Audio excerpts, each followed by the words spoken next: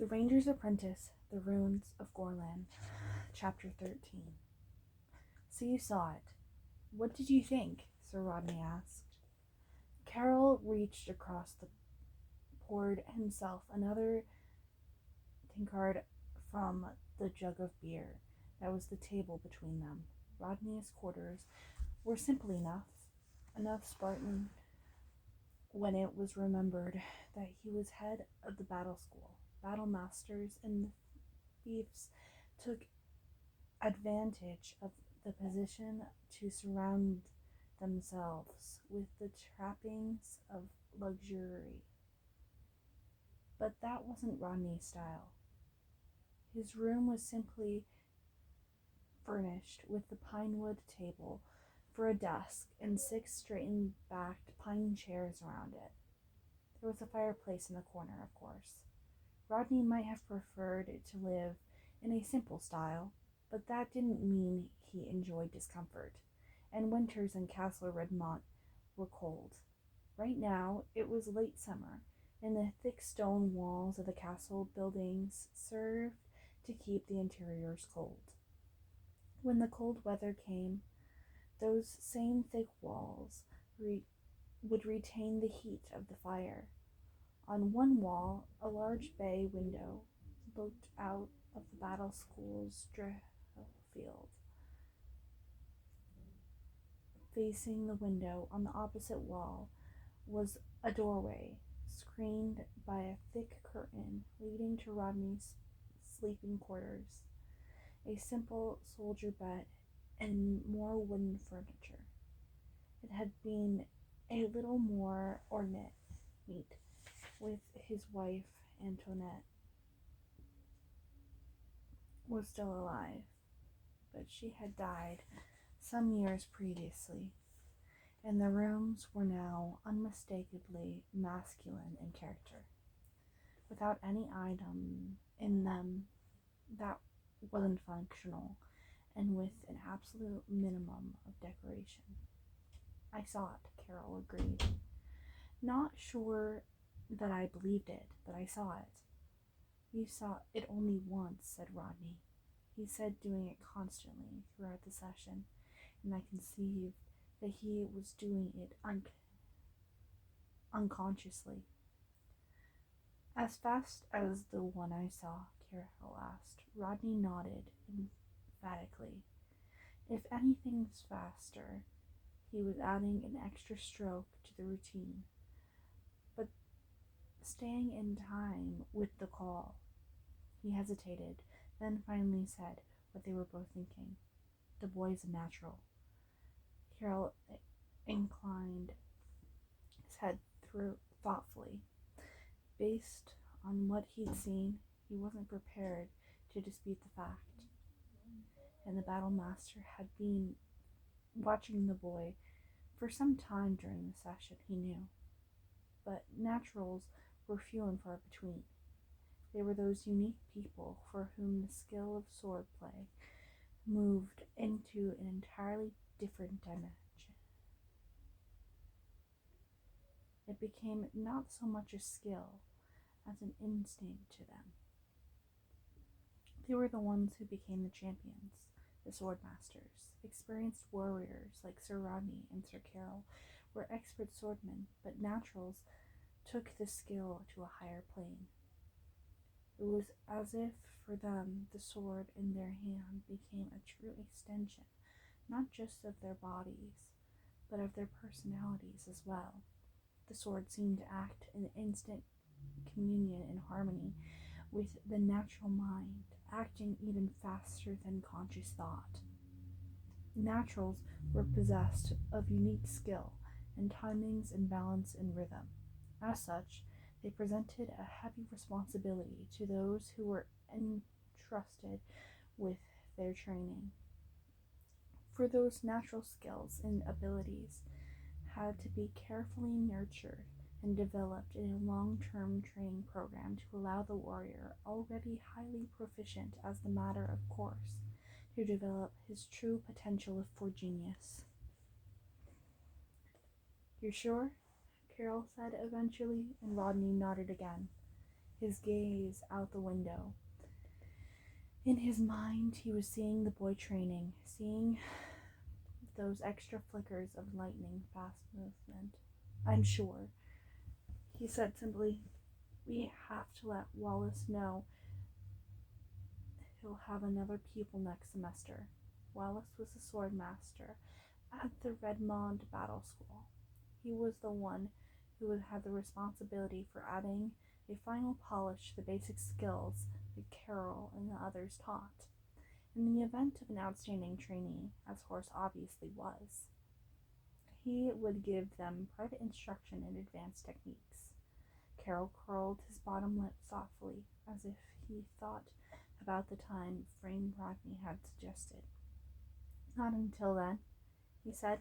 The next semester was almost 3 months away. Why not get him started straight away?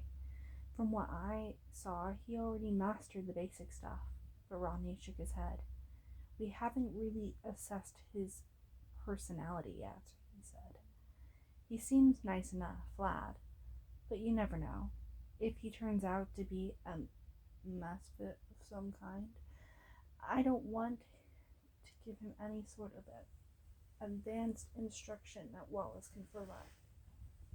Once he thought of it, Carol agreed with the battlemaster. After all, it would turn out that Hollis to be disqualified from battle school because some other failing. It might be embarrassing, not to mention dangerous, if he already on the road for being a highly trained swordsman. Disqualified trainees often reacted with resentment. And another thing, Rodney added, let's keep this to ourselves and tell Morton the same. I don't want the boy hearing any word of this. It might make him cocky, and that could be dangerous for him. That's true enough, Carol agreed. He finished the last of his beer in 2 quick draughts, and his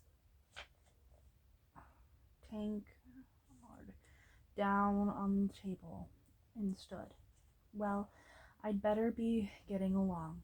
I've got reports to finish. Who hasn't? The battlemaster said.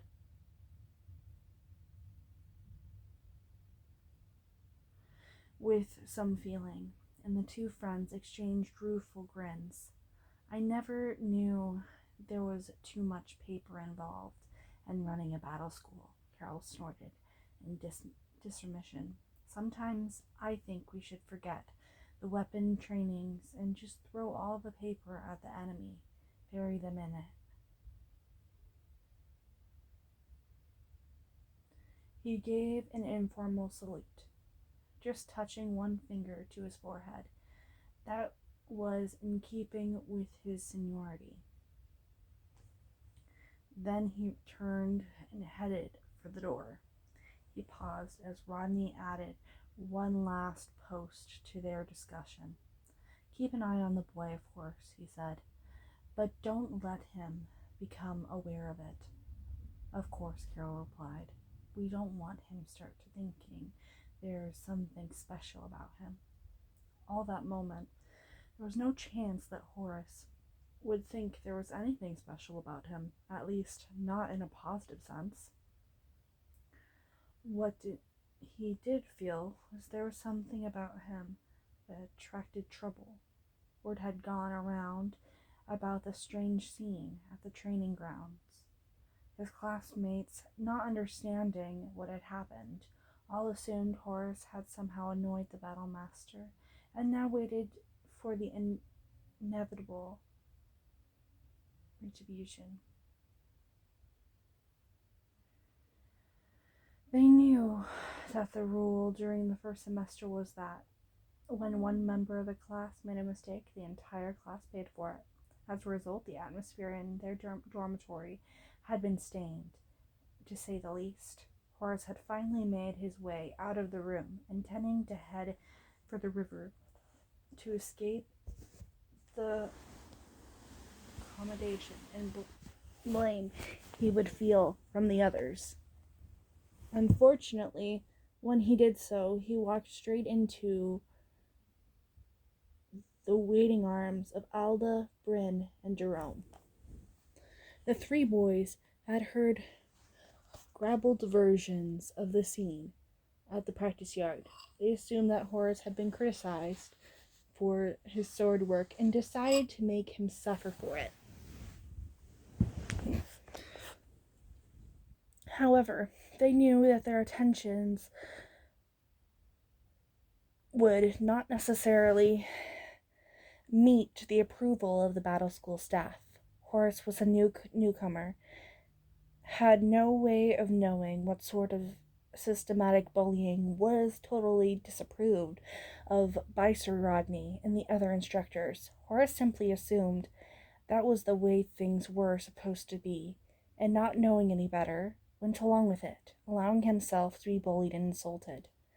It was this reason that the 3 second-year cadets marched Horace to the riverside, where he had been heading anyway, and away from the sight of the instructors. Here they made him wade thigh-deep into the river, then stand to attention. Baby could use his sword properly, said Alda. Bryn took up the refrain. Baby made the battle master angry.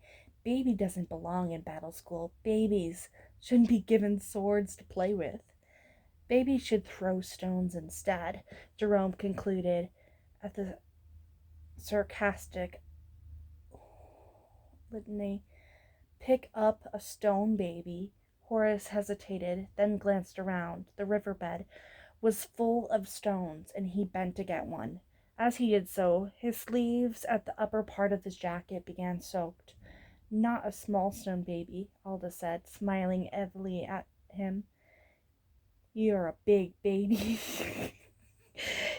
So you need a big stone. This is the worst bullying I've ever read. A great big stone, Bryn added, indicating with his hands that he wanted Horace to pick up a large rock. Horace looked around him and saw several larger pieces of crystal clear water. He bent and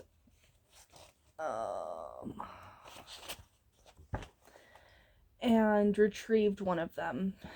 In doing so, he made a mistake. The rock he chose was easily to lift under the water, but he brought it above the surface. He grunted with the weight of it. Let's see it, baby, Jerome said. Hold it up. Horace braced himself. The swiftly running current of the river made it difficult to keep the balance and hold a heavy rock at the same time. Then he lifted his chest height of his tormentors could see. Right up, baby, Alda commanded. Right over your head. Painfully, Horace obeyed. The rock was feeling heavier by the second, but he held it high above his head, and the 3 boys were satisfied. That's good, baby, Jerome said, and Horace, with a relieved sigh, began to let the rock down again. What are you doing? Demanded Jerome angrily. I said that's good, so that's where I want the rock to stay. Horace struggled and lifted the rock above his head once more, holding it at arm's length. Alda, Bryn, and Jerome nodded their approval. Now you can stay there, Alda told him. Well, you count to 500. Then you can go back to the dormitory. Start counting, Bryn ordered him, grinning at the idea. 1, 2, 3, began Horace. But they all shouted at him almost immediately. Not so fast, baby. Nice and slowly. Start again. 1, 2, 3, Horace counted. And they nodded their approval. That's better. Now, a nice slow count to 500 and you can go, Alda told him. Don't try to fudge it, because we'll know, threatened Jerome. And you'll be back here counting to 1,000. Laughing among themselves, the 3 students headed back to their quarters. Horace remained in midstream, arms trembling with the weight of the rock. tears of frustration and humiliation filling his eyes. Once he lost his balance and fell full length in the water. After that, his heavy, sudden clothing made it all the harder to hold the rock above his head. But he kept at it. He couldn't be sure that they weren't concealed somewhere watching him. And if they were, they'd make him pay for disobeying their instructions. If this was the way of things, then so be it, he thought. But he promised himself that first chance he got, he was going to make somebody pay for the humiliation he was undergoing. Much later, clothes soaked, arms aching, and a deep feeling of resentment burning in his heart, he crept back to his quarters. He was too late for the evening meal, but he didn't care. He was too miserable to eat.